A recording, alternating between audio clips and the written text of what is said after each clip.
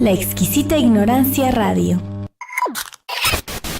Oídos nuevos para propuestas nuevas.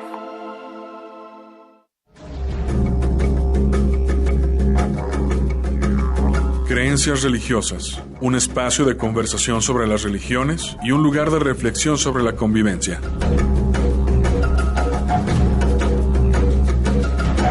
Este programa es producido tanto por el Centro de Estudios Religión y Sociedad y la Maestría en Estudios Filosóficos de la Universidad de Guadalajara, como por el Departamento de Formación Humana del ITESO.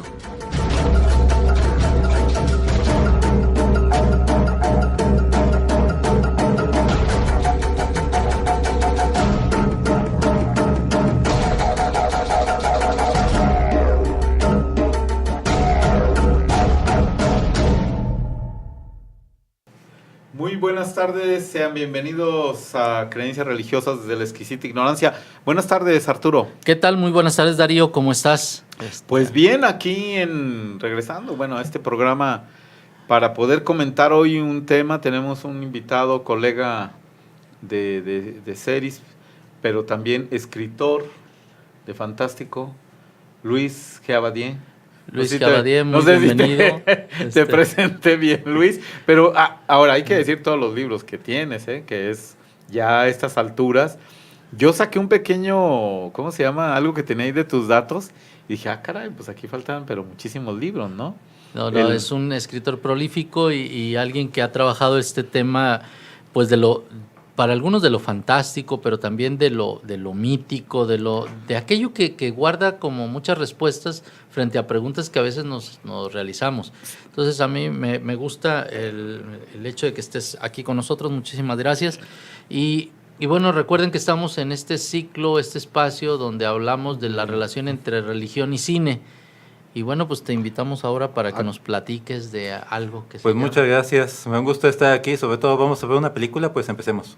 Claro, The Wicker Man, traducida como El hombre de mimbre, es una película del 73. 73, el director Robin Hardy, perdón, que luego realizará otra que ahorita estábamos platicando y que le dije que se la había visto, 2011, The Wicker 3, el árbol de mimbre. Tengo miedo de verla.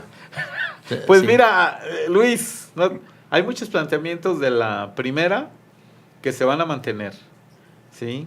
Nada más, bueno, ahora con una pareja, otras situaciones, pero digamos que el director mantiene como que, porque él muere en 2016, pues estoy hablando así como de pasado, mantiene, digamos, cierta perspectiva que tuvo del 73, que ya tú nos platicarás, y ahorita el público va, pues me va a entender mejor para no yo aventarme mi comentario, sino que tú nos vayas platicando. Hombre de mimbre, el mimbre, bueno, esta cuestión, lugar. Es una fibra muy débil, en realidad, el mimbre, pero cuando se entreteje es muy poderosa, resistente.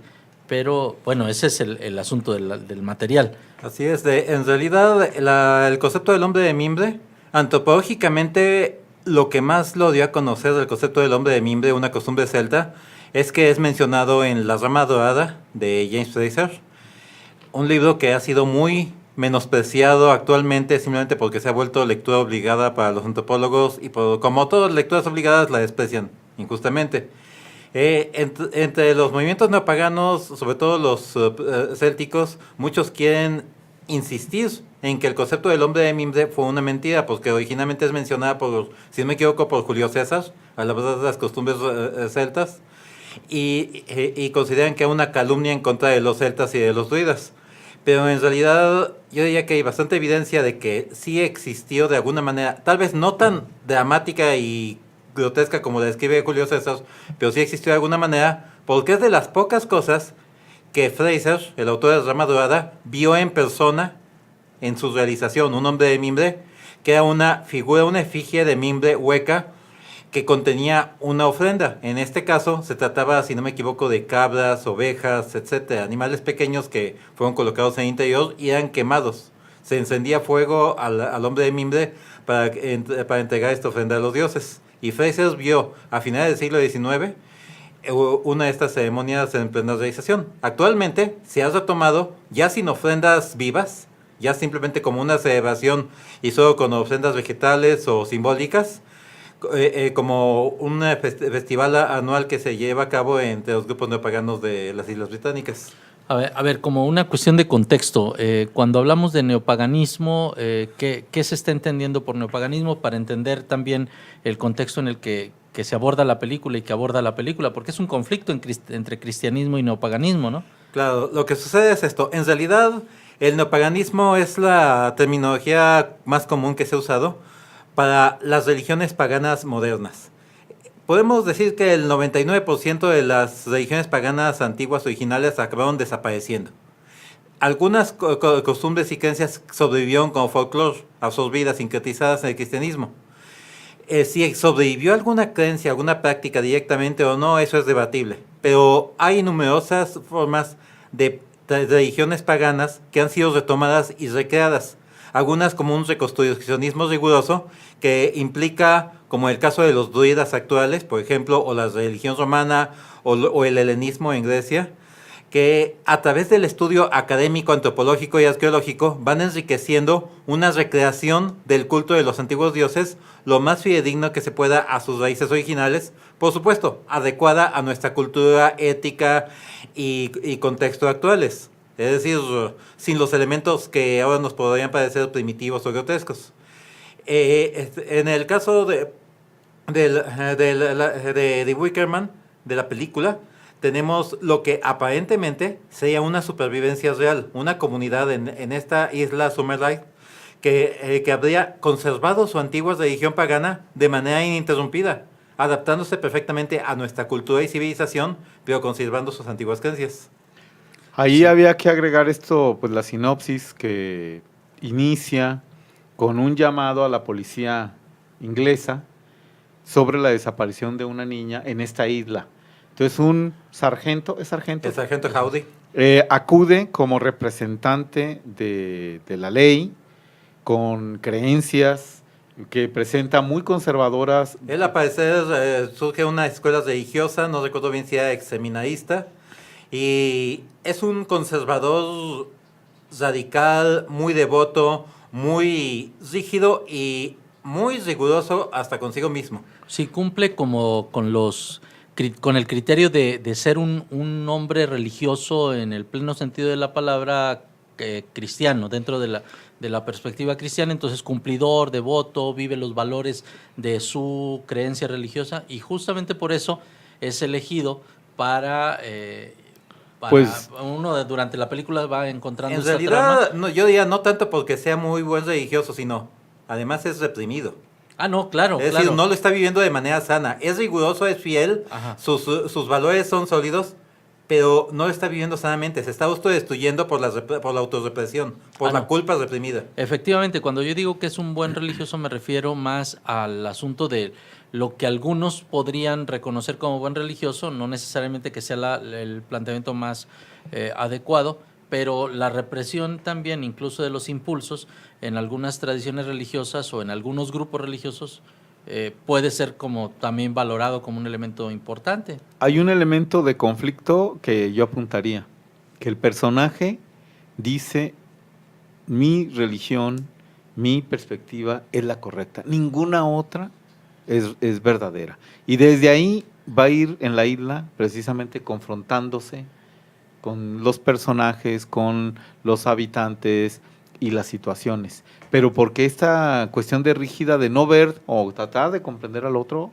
es así. Así ¿no? es, el paganismo, como también lo es representado dentro de y es para el horror del sargento Howdy, lo ve la vida natural de la cotidiana de esta gente, significa una celebración constante de la vida y de la naturaleza que implica una aceptación de manera natural de la libertad, del desahogo, de la expresión libre, de la sexualidad abierta. Una de las cosas que más le impactan y los revisan, él no soportaría venir aquí a México en el 2018, es la idea de que se esté enseñando educación sexual en una primaria. Que en ese momento hay que tener contexto que esto ocurre hace más de medio siglo. y con un personaje en particular como él, esto era impensable. Entonces para él es una inmoralidad, es una aberración. Están corrompiendo a estos jóvenes. Me recuerdo esta secuencia donde él se pone delante de un grupo de niños que tienen listones a un centro, que es un árbol que lo hemos visto cómo se van entretejiendo. El palo de mayo. El palo de mayo, ¿no? Y entonces el maestro que está con ellos empieza a cantar y había una mujer y sobre esa mujer un hombre y de estos dos surgen un niño y este es esto. O sea, es toda una formación sexual y los niños van moviendo los listones y se van moviendo, etcétera. O sea, una formación, si es que se ve ahí como educación o una aproximación a la cuestión de la sexualidad, De que hecho, él esa danza, está sorprendido, ¿no? Esa danza es una danza folclórica europea que, de hecho, es muy común que se lleve a cabo en los festivales neopaganos actualmente. Yo mismo he participado en un par de ellos. Sin embargo, para mayor ironía, allá por los siglos XVI y XVII, hubo un sacerdote católico, lo malo es que no tengo la referencia exacta, que escribía en alguna ocasión, esta gente que ustedes ven como devotos cristianos celebrando y danzando en el palo de mayo en nuestras fiestas de Pascua, también va a hacer rituales paganos en el monte. Porque en esa época el palo de mayo había sido adoptado por completo como una celebración cristiana.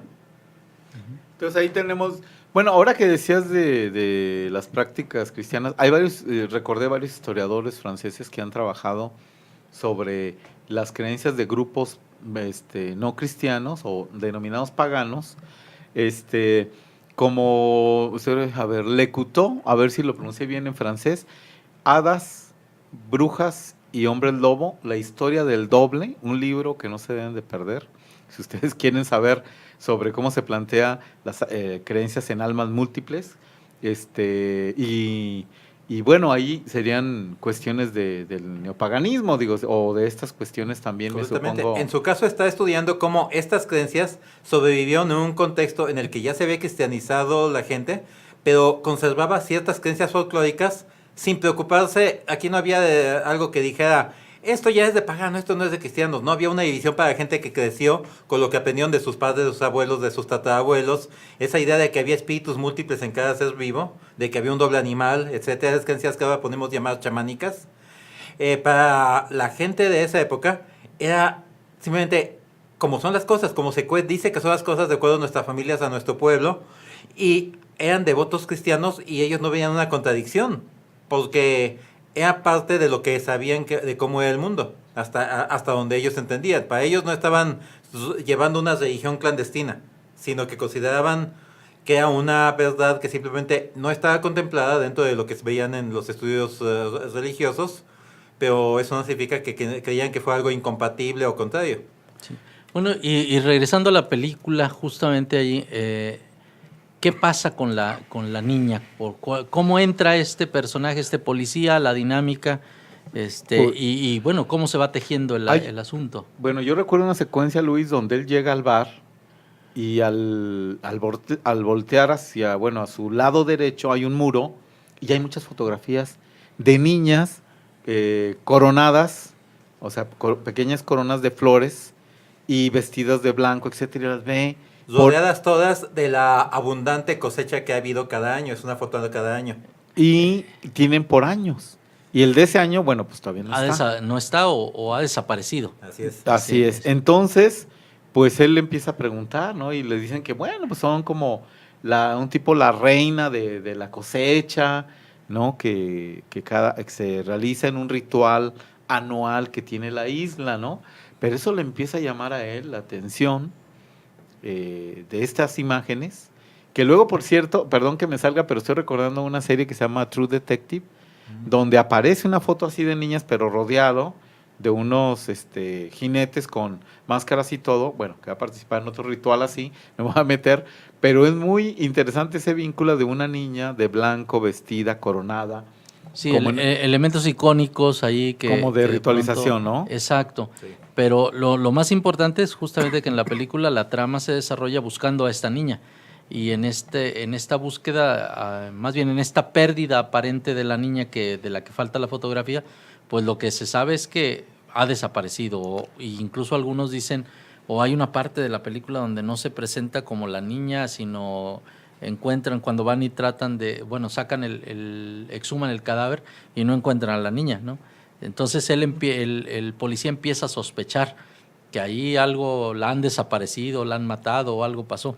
Y entonces ahí empiezan a aparecer las diferencias con con las creencias muy fuertes, ¿no? La contraposición y la trama que deriva pues en la sacralización del cuerpo de este personaje. Por cierto, estos detalles que tú dices son lo que va a crear en él la cuestión de, pues, de ir a preguntar y hacer una pequeña investigación. Él decide quedarse en la isla, ¿no? Pero, a ver, Luis, ¿por qué se decide quedar? Y la otra, él solo, que eso es algo interesante. Él solo como autoridad, que parece que basta y sobra. Él se da cuenta de que nadie parece conocer a la niña, o dicen que la conocen, pero de evasivas, nadie sabe que desapareció, sin embargo no la puede encontrar. Para todo en la búsqueda, siente como que las personas saben más de lo que le dicen y hasta parece como que se divierten con ello, porque se ríen, se sonríen. Encuentra esos símbolos peculiares que aparecen una y otra vez, se escandaliza de lo que hacen, pero como él es la autoridad, ya se decidió a como el lugar va a descubrir dónde está esta niña. Y se siente no solo con la autoridad de alguien que está por encima de ellos y se impone sobre ellos porque es la ley, sino porque es cristiano y se da cuenta que ellos no lo son, de manera que es más que ellos. Los trata con repudio, los trata como si debían admirarlo y debían actuar con vergüenza por lo que son y por cómo viven. Invade sus casas privadas libremente, entra a distintas casas sin pedir permiso a buscar lo que él desea.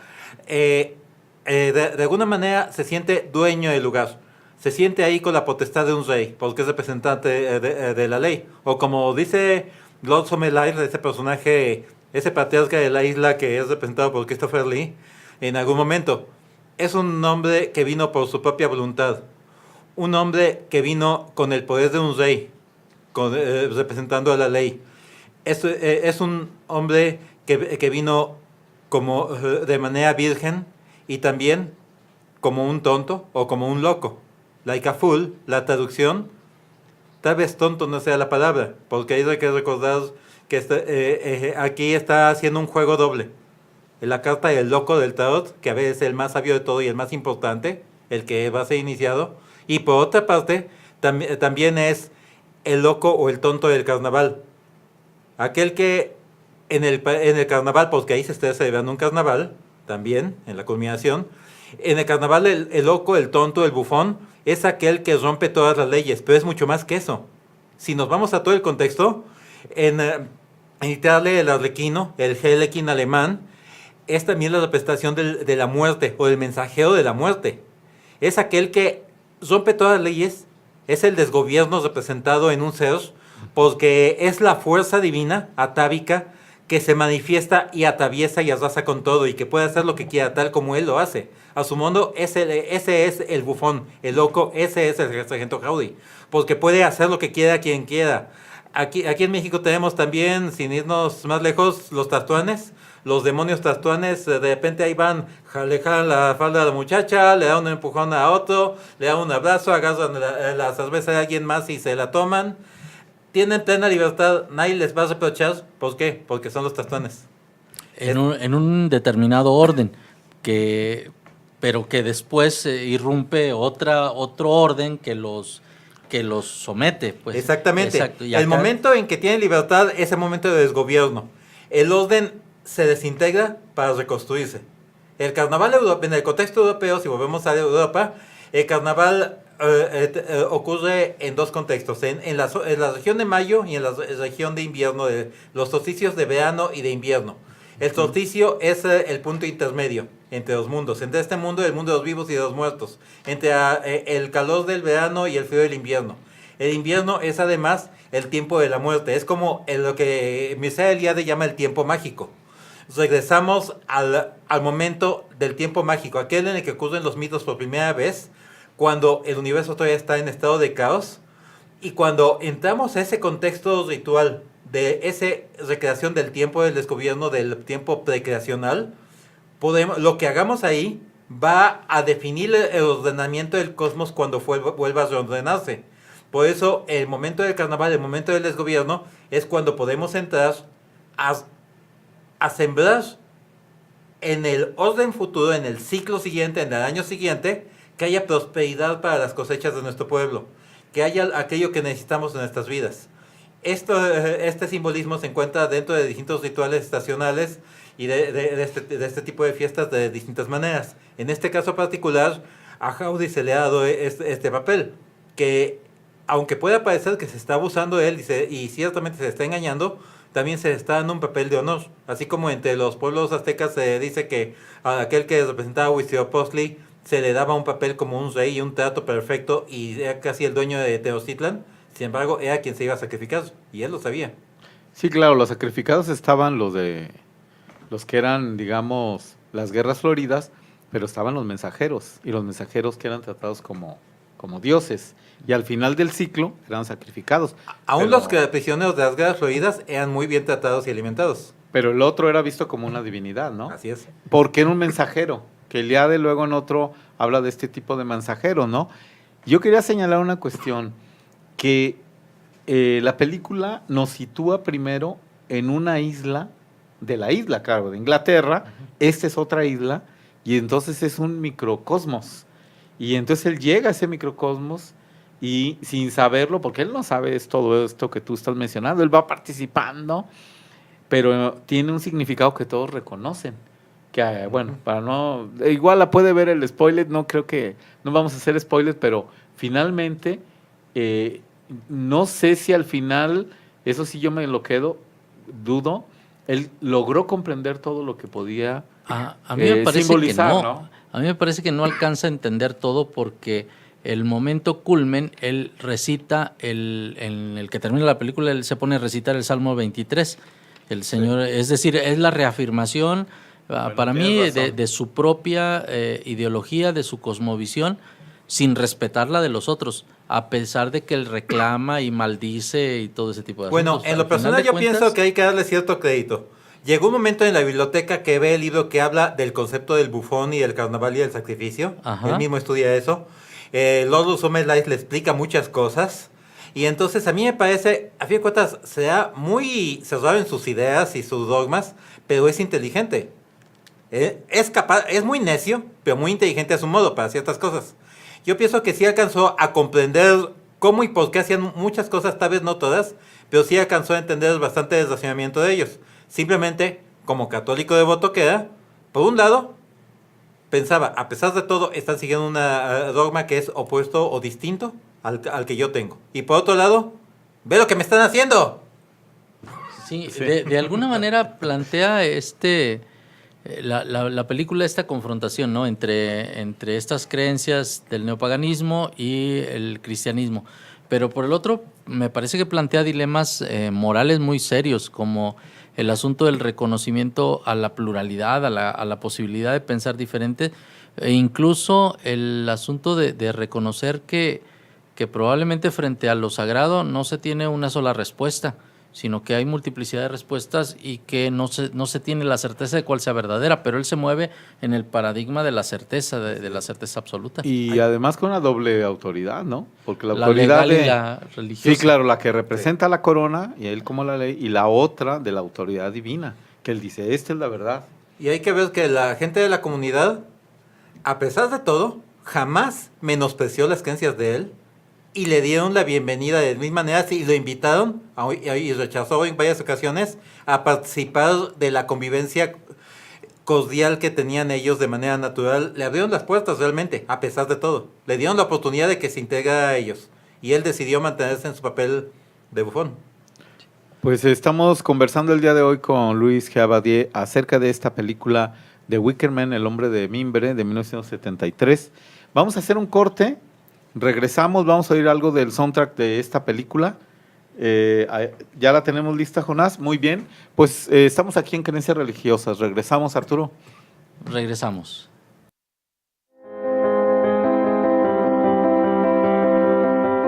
Está usted escuchando Creencias Religiosas.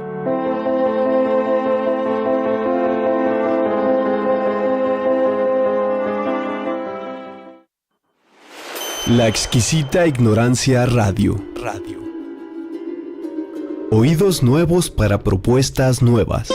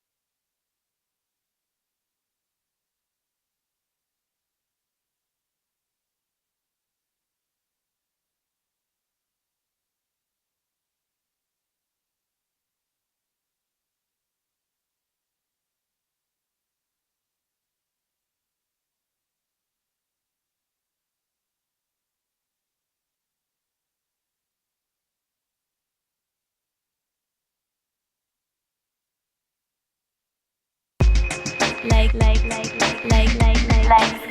ignorancia radio. Oídos nuevos para propuestas nuevas.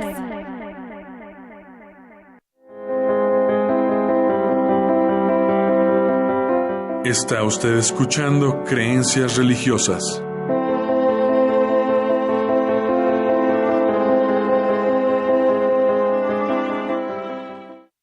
Bueno, regresamos a Creencias Religiosas desde la exquisita ignorancia. Estamos conversando con el escritor Luis G. Abadie y estamos dialogando en torno a la película Wickerman, El hombre de mimbre, de una película de 1973.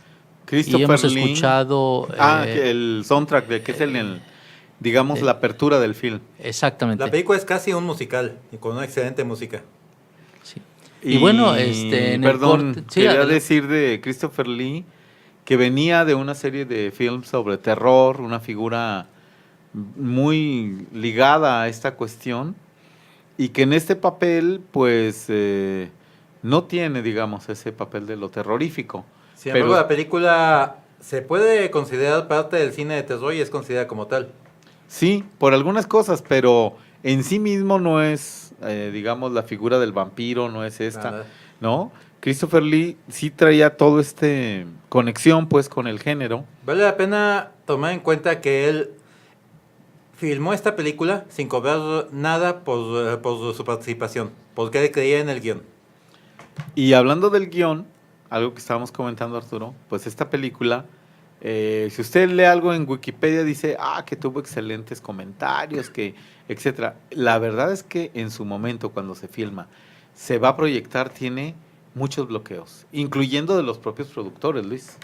En efecto, actualmente hay 3 versiones de la película circulando, 3 cortes distintos, uno de ellos particularmente muy malo, con distintas escenas que fueron tomadas y retiradas porque los productores mismos al parecer estaban insatisfechos o repudiaron los conceptos que venían en la película. Christopher Lee aseguraba que uno de los productores era el único que tenía la copia íntegra de la película y que jamás le iba a permitir que saliera al público. Actualmente ha aparecido una versión que dicen que es la versión definitiva. Aún entonces, los fans sí la aprecian, pero reconocen que incluso en ella faltan cuanto menos algunas escenas que en otra de las versiones existentes se conocen, de manera que es de las mejores, pero ni siquiera es la última versión. Sí, entonces un halo de misterio rodea también la película. Bueno, sí. No solo el tema. Sí, claro, pero la resistencia que hubo, más bien, fue por el propio tema, que los productores y muchos de la red de difusión de la película, pues tenían ideas muy cercanas a el sargento Howdy, ¿no? Tardó años en liberarse la película. O sea, fue una cuestión de películas censuradas sin que fuera muy claro por qué, ¿no? Mientras que varios de los participantes de la película y de los actores tenían creencias muy cercanas a las de sus papeles. Hay una secuencia donde el sargento Howdy visita a Los O'Malley's y de nuevo se escandaliza porque ve a unas mujeres jóvenes haciendo un ritual de fertilidad en torno a una hoguera. Vale la pena saber que la mujer que está dirigiendo ese ritual era una sacerdotisa wicana real. Fíjate, en la película que yo tengo en DVD, al final vienen extras y precisamente Christopher Lee y otros hablan de eso que estoy comentando, ¿no? Y dice que en su momento, pues él, no, o sea, bueno, ¿por qué no sale? ¿Por qué no ha sido apoyada? Y siempre le daban así como largas, o sea, justificaciones, ¿no? Pero que en realidad, bueno, lo que mencionaba, lo acabo ya de decir, era que detrás de eso había una creencia que si lo difundían iba a ir en contra de las creencias como las del sargento o del personaje pues y que mucha gente iba a ser dañada, ¿no? Y que aparte de esto pues ya no se debería de recordar la cuestión pagana. Esas eran así como muchos de los criterios, porque dicen como los propios productores, yo que puse dinero me opongo a que sea proyectada y en una forma, pues claro, como lo quiso el director, ¿no? Lo que pasa es que pone sobre la mesa temas muy complicados, ¿sí? Temas que no son fáciles de aceptar para la sociedad occidental, a veces también metida en un proceso de puritanismo que no entiende, por ejemplo, el asunto del sacrificio, la idea del sacrificio, ¿sí? El sacrificio en las religiones tiene que ver no solamente con la purificación, sino con hacer sagrado aquello que se está reservando para la divinidad. Así es. La infame nueva versión paródica de Nicolas Cage que salió hace unos años es el típico pueblo con una secta extraña donde hacen matanzas de gente, la verdad. Hemos algo que hemos visto 1000 veces y no tiene nada de nuevo ni aporta nada. Y ahí, si se hubiera tratado de manejarse en serio y no con las ridiculeces que hicieron ahí, habría parecido incluso una especie de apología del crimen. Esto no sucede con El Hombre de Mimbre porque incluso en la película se maneja que lo que están haciendo es algo excepcional. Se está manejando el concepto del sacrificio. Se está manejando no el crimen, no la matanza indiscriminada. En un momento vemos una mano cortada. No mataron a nadie para cortarla. La cortaron de un cadáver de alguien que murió de muerte natural. Y como parte de un ritual folclórico que era necesario en ese momento. Es decir, no estamos viendo a un pueblo de locos asesinos típico de una película de terror. Sin embargo, hay elementos de ese cine de terror, porque es el contexto en el que sucede la película. Eso hay que reconocerlo. Ahora, un elemento importante que no hay que perder de vista en el sacrificio es su carácter propiciatorio.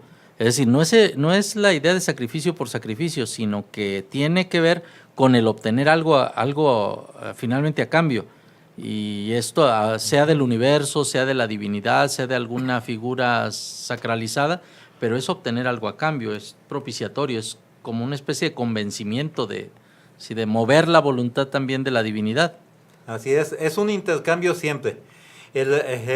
Así como se habla de ritmos y de ciclos mucho en los simbolismos de la película, estos también implican un intercambio. Se entrega algo a lo divino para recibir algo en lo humano, se entrega algo a la naturaleza para que la naturaleza nos dé algo. No solo se entrega como solicitud, también se entrega como agradecimiento. Sí. Oye, a veces un observador de estas películas que salen de nuestro horizonte de comprensión no siempre entendemos con claridad todos los símbolos que están ahí. A veces nos falta formación, contexto, revisar un poquito más. Tú, de acuerdo a lo que tú manejas, conoces, ¿hay algo en lo que debamos poner especial cuidado en al mirar la película? ¿Algunos símbolos, algo que rompe con nuestra visión judeocristiana occidental? Ahí va una pequeña clave. Hay un momento cuando el sargento Howdy al inicio entra a una panadería, si no me equivoco, una dulcería que tienen, dice, ¿y ese conejo? Y dice la mujer, no es un tonto conejo, es una liebre. Ajá. Más adelante vamos a volver a ver una liebre, no quiero adelantar la escena para quienes no lo han visto, una liebre natural la vamos a ver en otro contexto muy particular. La liebre, que para empezar recordemos es un animal carnívoro, tiene un significado simbólico muy especial en esa región, en el altiplano escocés, que es el símbolo, de nuevo, de lo que mencionábamos hace un momento, acerca del doble espiritual, el animal chamánico, y simboliza el salto del cerco, el salto al otro mundo. El espíritu chamánico que hace el viaje a entrar al mundo de los espíritus o al mundo de los muertos y el regreso. Ese salto, ese paso, esa transición está simbolizada en la liebre. De manera que la liebre simboliza y es la persona. Si una liebre lleva el nombre de una persona, con esto estoy explicando otro detalle de la película, está diciendo que ese es su doble animal de esa persona. No están mintiendo. Esa es la persona en ese sentido. Otro detalle muy particular, pero que es más pasajero, pero me llama mucho la atención. Cuando están en la escuela, si se fijan en lo que está escrito en el pizarrón, están descritos una serie de símbolos e iconos que pertenecen a las prácticas de la brujería escocesa. Eso yo mismo no me había fijado hasta que Robin Artisan, el autor de Old Tradition Craft, mencionó que se quedó impactado cuando se dijo, varios de los símbolos que nosotros usamos están ahí descritos, y descritos correctamente. Bueno, y esto de la liebre, recuerdo que también hay una niña, ¿no? Que está dibujando una liebre y él empieza a ayudar. Le dice, bueno, y esta liebre, esta no es una tonta liebre, o sea, es no sé quién, una persona, o sea, y le voy a dar otra vez la clave, ¿no? De esta representación. Entonces, pues hay varios puntos. En el cuarto, la cuestión de las frutas, todo siempre representado, ¿no? Y él, bueno, ¿por qué hay tantas frutas en las habitaciones, plantas? Exuberante, ¿no? Sí, ¿por qué? Porque la naturaleza es sagrada, porque es una creencia pagana que está buscando unificarse y armonizarse con la naturaleza en cada acción. No ve una división entre la vida mundana y la vida natural. Y eso no significa que no vivan en casas, que no usen tecnología, la usan perfectamente. Simplemente no lo ven como algo incompatible. Ya que tú mencionabas, Arturo, eso de que bueno, fijarse en que con todos estos elementos. La otra es que si alguien que ve la película la situaría más allá, si no lee todos los elementos o tiene un conocimiento, pues la ve como una película de terror. Ese sería por la trama, ¿no? Porque se logra también el personaje del sargento, a veces te logras empatizar con él. O sea, mira qué buena onda, es luchador, es esto, lo otro, ¿no? Y entonces si empatizas con él, pues sí, es un género de terror. Y si empatizas con los otros, bueno, lo logras también tener otra perspectiva. Pero usualmente el director te va guiando a través de esta isla Cosmos, esta isla que es esa representación. El que te va, el narrador, digamos, es él, es el sargento. Sí. Es el que te va mostrando. Exacto. Oye, ya casi llegando, no, todavía nos falta un buen espacio, pero toda esta idea del hombre de mimbre lo relacionan con el asunto de los druidas, pero ¿qué podemos saber de ellos? ¿Qué relación hay entre el hombre de mimbre, los druidas? ¿Existieron, no existieron? ¿Son el grupo sacerdotal de esta perspectiva? Bueno, ¿qué pasa ahí? Como elementos también de contexto para entender el asunto. Vale la pena recordar que realmente los druidas originales sabemos muy poco. Sabemos casi todo lo que dice Julio César y otros historiadores romanos, y de ellos mismos jamás escribieron nada. no tenían registro de escritos, y todo lo que se escribió de sus creencias y prácticas fue escrito por cronistas cristianos posteriormente. Pero a través del reconstruccionismo y a través del trabajo que han hecho los druidas modernos, se ha buscado reconstruir esa visión. Simplemente se ve como una variante del celtismo y se piensa, de acuerdo con no solo con practicantes, sino con antropólogos e historiadores, que era una especie de organización religiosa. Yo no diría una secta porque no existía algo tan cerrado ahí. No, además Pero sí las sectas tienen que ver con separación de otra. Exactamente. Se trata más bien de un grupo especializado. No es lo mismo que los chamanes, brujos o hechiceros, y tal vez sean más ceremonialistas, más sistematizados que otros practicantes, y no sean los únicos practicantes de espiritualidad o de magia dentro de los pueblos celtas. Y sabemos que existían en las Islas Británicas. Se especula que también los hubo en las Galias, en Francia, en España, porque se especula que existieron entre los distintos pueblos celtas. Hay ciertas indicaciones de que sí los hubo, pero no hay algo sólido que nos lo diga. Realmente no sabemos tanto de ellos. Sabemos que una de sus deidades principales sea justamente Luke, el dios solar, a quien vamos a ver mencionado en la película también, y que es el que alimenta de calor y prosperidad y se celebra en el Festival del Verano, en el cual, por cierto, también a veces se celebra su matrimonio con la diosa de la fecundidad y la tierra. Que es la que generaría después, pues finalmente las frutas y todo lo que nos alimenta y sostiene. Así es. Bien, pues vamos a hacer el último corte. Estamos conversando en torno de Wicker Man, la película del 73 con Luis Giabadier. Vamos al corte, Jonás, y regresamos para hacer el cierre del programa.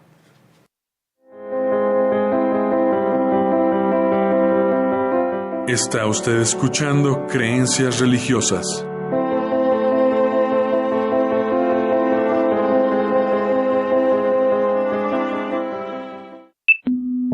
La exquisita ignorancia radio. Oídos nuevos Para propuestas nuevas.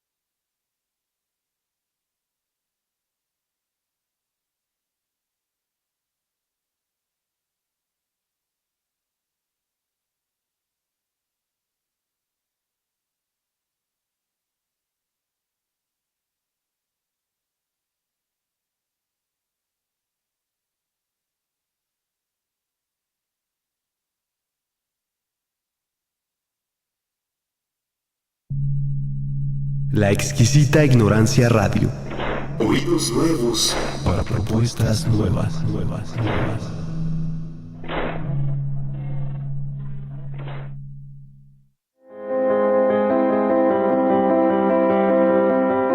Está usted escuchando Creencias Religiosas.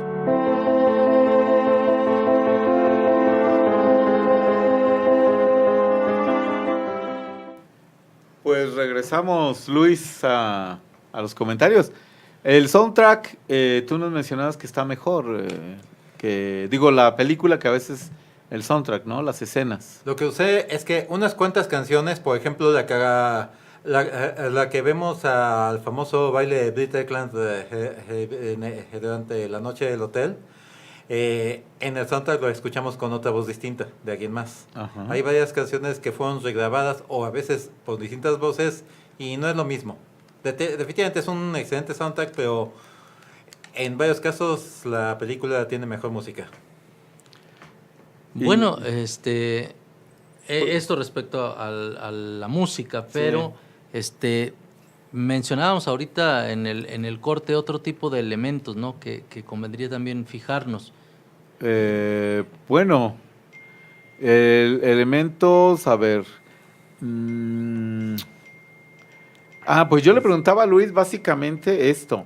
A ver, oye, Luis, ¿y hay una comunidad o en ¿Esto los es vivo, 70? es actual o no? Si hubo una comunidad como se nos presenta en esta película, o sea, que conviven como tipo comuna, ¿no? O sea, en un lugar, etcétera, o es solo un planteamiento del libro, el ritual y de la película misma. Hasta donde sabemos, el paganismo, como conocemos, sí desapareció en las islas británicas y en la mayor parte de Europa, donde al parecer sí hubo cierta supervivencia hasta épocas tardías y posiblemente en un par de casos hasta la actualidad, pero eso es debatible todavía, es en las regiones germánicas, donde todavía en el medievo tardío fue cuando el cristianismo apenas estuvo entrando a ciertas comunidades. Ahí sí hubo perduraron de manera mucho más extensa las creencias originales y después también se fueron cicatrizando, como sucede en otros lugares. Actualmente hay algunas comunidades, algunos grupos pequeños o aldeas que de alguna manera han buscado tener una forma de vida natural, en muchos casos con abundancia de neopaganos, pero son algo totalmente distinto. Esto no es una pervivencia, sino una construcción moderna. Es una construcción que parte de los movimientos de la época de la era de Acuario, etcétera. El ejemplo que mencioné hace un momento fue el aire, es más conocido aquí en México, sean los elefantes iluminados, donde el coyote está con su grupo de gente enfocada a la New Age, los acuarianos, que buscan una forma de vida natural, y entre ellos hay numerosos neopaganos participando en esa comuna. Pero no habría que confundir este movimiento neopagano con New Age. La cuestión es que hay muchos neopaganos que son parte de la New Age, pero la New Age es algo muy distinto del neopaganismo. Justamente estaba leyendo un estudio sobre análisis religioso que analiza ese aspecto. Por lo general, la Wicca y otras formas de neopaganismo son consideradas parte de la New Age. La mayoría de los neopaganos repudian la idea de ser New Age, unos cuantos lo acogen y lo aceptan. Sin embargo, en este estudio, no recuerdo en este momento los autores, plantean varios puntos interesantes. La New Age busca un cambio radical en el cual la humanidad está preparando para un salto crucial, una transformación espiritual. El salto cuántico, el pasar al era de Acuario, entrar en una nueva era, hay una la transformación de la conciencia. Exacto, hay un cambio mesiánico, apocalíptico, literal, que esperan que suceda, y si no, está sucediendo ya y no nos hemos dado cuenta. También hay una búsqueda de liberarse de este mundo material, de este mundo natural, para volver al espíritu, para regresar a Dios, del cual nos hemos separado, a esta fuente divina. También hay un enfoque en que Dios está en mí, yo soy famoso, yo soy porque Dios está en mí, soy una extensión de Dios, etcétera, y se manifiesta en mí. En cambio, en el neopaganismo no se busca un cambio. Se acepta que todo cuanto existe es parte del proceso natural del universo. No se busca escapar de la naturaleza. No se ve el cuerpo de materia como una prisión, sino que la materia, el mundo natural, es la manifestación última de lo sagrado. Dios o lo divino no es algo trascendente, es algo inmanente en el cosmos, en el universo. Y también está en cada uno de nosotros y se manifiesta en cada uno de nosotros, pero no se trata de que una individualización de yo soy un Dios con control de mi destino y a pesar de eso me sigue yendo mal. No, se trata de acepto que no necesito regresar a unirme a la fuente porque nunca he dejado de ser parte de esa fuente, nunca he dejado de ser parte de la totalidad. Sin embargo, no necesito un cambio trascendente, solo necesito ser consciente de nuevo de ello, hacerme consciente de ello, es todo. Y en este sentido, las creencias de la New Age y las creencias paganas son muy distintas. Además, la New Age, tal como se ha dado en Latinoamérica en particular, tiene una característica que no tiene tanto en otros lugares, pero que la hace aún más incompatible. Aquí ha tenido mucha influencia Samael Aun Weor y también las doctrinas del movimiento Yo Soy, no son de las originales de Alice Bailey, sino la versión de Connie Méndez. Esto ha hecho que se vea un dualismo radical. Las fuerzas sagradas divinas de la luz, en oposición a las fuerzas oscuras o malignas, esto viene sobre todo de Samael con su pseudo-gnosticismo radical, que están invadiendo el mundo natural. Entonces se ve literalmente la luz contra la oscuridad, la vida contra la muerte, el bien contra el mal, el blanco contra el negro. Que hay que ver que originalmente, de donde viene este contexto, también habría sido lo masculino contra lo femenino. Entonces el paganismo acepta la integración de todo, acepta la luz y la oscuridad como parte de un todo. No hay una fuerza del mal activa. La oscuridad, la muerte, la noche no son malas, son parte del proceso natural. La muerte no es la desaparición o opuesta a la vida, es el proceso de transformación, de transición. Y la oscuridad, la noche, el color negro, no es algo negativo que atraiga fuerzas negativas o malignas, no, es protector, es la oscuridad que existe en el vientre de la madre, el lugar más seguro que podemos conocer. En ese sentido, ¿estarían más cercanas al planteamiento de la conspiración de Acuario de Ferguson, de Marilyn Ferguson? ¿O que a estas otras formas que tú estás señalando puntualmente de oposición?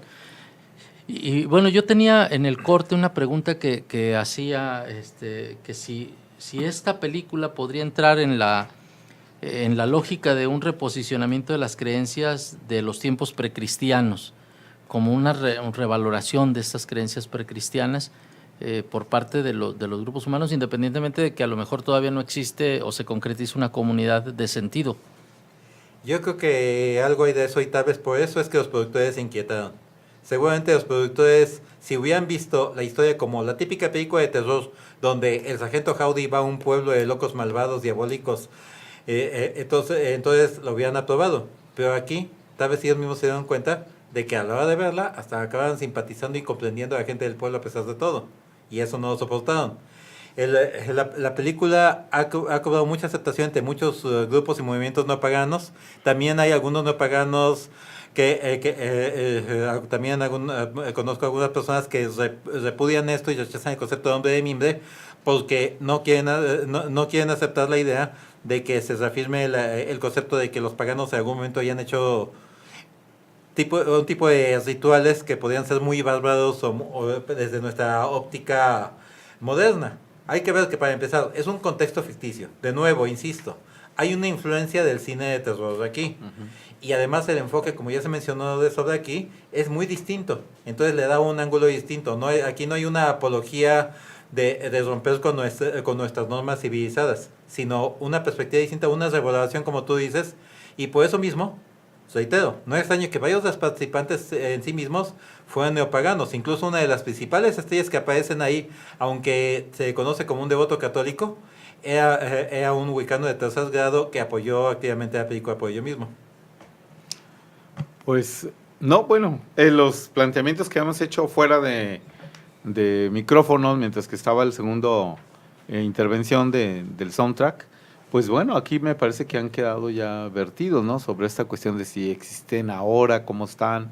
Y esto que has tú aclarado me parece excelente entre cuál sería la visión de New Age y cuál sería la cuestión neopagana, ¿no?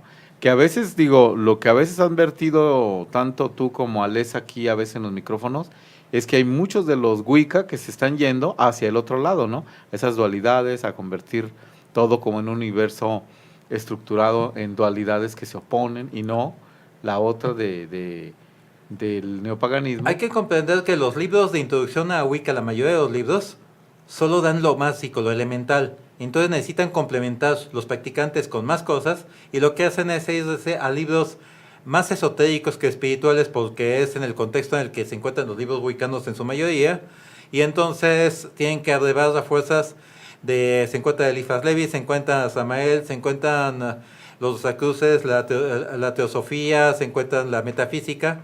Entonces adoptan creencias como el karma, reencarnación en la visión orientalista, que no oriental, sino orientalista de la teosofía o de los gnósticos, porque necesitan llenar esos huecos, no tienen con qué llenarlo, por la carencia de información que hay para los autodidactas. Y bueno, pues entonces podríamos decir que frente a la película estamos ante un documento muy importante que nos permite visualizar estas creencias neopaganas o estas creencias que tienen su raíz en el paganismo, pero sin una perspectiva New Age, sin una perspectiva que pretenda como posicionar una única manera de mirar las cosas, ¿no? Sí. Bueno, yo creo que estamos ya cerca del final. Sí. Entonces, ya estamos. Estamos al final. Queremos invitarles, antes de darte la palabra para el cierre, a nuestro seminario mensual del grupo de investigación en el Centro Universitario de Humanidades, Ciencias Humanas. Está ubicado en Avenida Los Maestros y Mariano Bárcena. Ahí, mire, yo lo digo pues ya con a veces hasta ironía, ¿no? Pero porque es más conocido el Acuario Michín ahora, para no decir el Parque Alcalde, pero ahí frente al parque acuático está la entrada, el ingreso que es la puerta 3, usted sigue el camino ahora sí de la derecha y va a llegar directamente al auditorio Adalberto Navarro Sánchez. La cita es el jueves 30 de agosto a partir de las 11 de la mañana, tendremos 2 ponentes. Y estarán por el ITESO el doctor Antonio Antillón, perdón, se me está olvidando. Antonio Antillón, sí. Sánchez Antillón. Y por parte del CERIS estará Héctor Zavala, bueno, ahora dando con los nombres, pero ambos van a abordar precisamente el tema general que es la espiritualidad sin religión.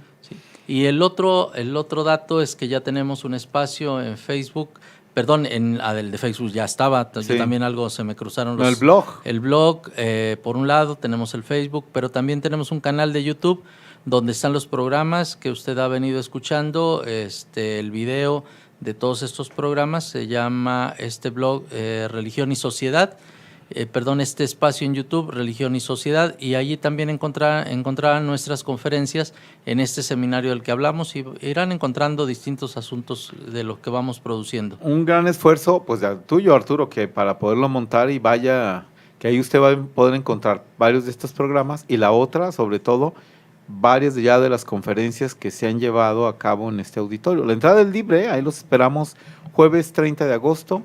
30 de agosto.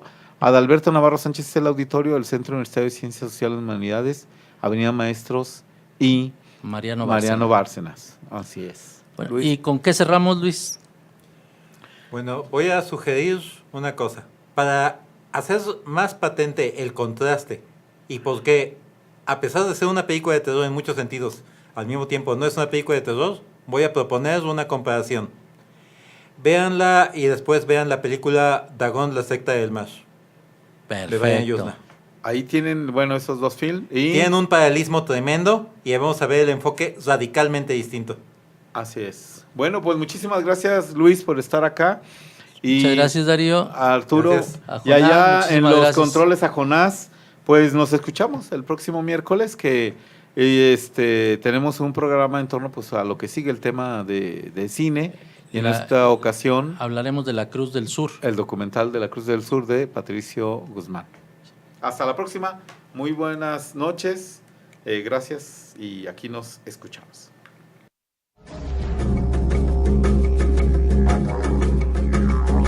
Creencias religiosas concluye por hoy. Este programa es producido tanto por el Centro de Estudios Religión y Sociedad y la Maestría en Estudios Filosóficos de la Universidad de Guadalajara, como por el Departamento de Formación Humana del ITESO. Les esperamos el próximo miércoles a partir de las 7 de la noche por laexquisitaignorancia.com.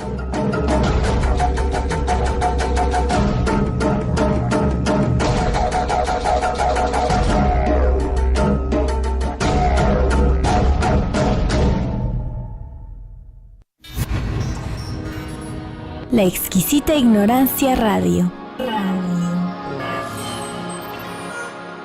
Oídos nuevos para propuestas nuevas.